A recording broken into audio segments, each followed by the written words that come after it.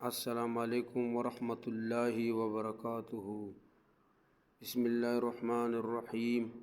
ایک نصیحت سب کے لیے، گناہ کرنے کے بعد مت سوئے۔ مثال کے طور پر آپ بیٹھے ہیں، کچھ دیکھ رہے ہیں یا کچھ سن رہے ہیں، اس کے بعد روشنی بند کر کے یہ نہ کہیں کہ میں اب سو جاؤں گی۔ اپنے دن کی آخری چیز گناہ کو نہ ہونے دے۔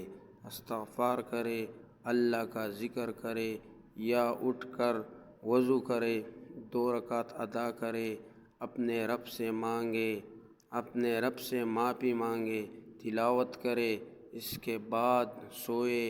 آپ کا آخری عمل سونے سے پہلے کوئی نیکی ہو۔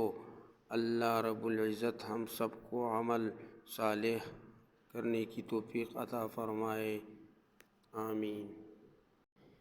اس پیغام کو آگے شیئر کیجیے، نیکی کی بات کو آگے پھیلانا صدقہ جاریہ ہے۔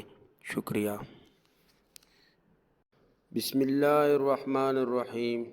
نبی کریم صلی اللہ علیہ وآلہ وسلم نے ارشاد فرمایا، جس نے مجھے خواب میں دیکھا، اس نے گویا مجھے بیداری میں دیکھا، کیونکہ شیطان میری صورت اختیار نہیں کر سکتا۔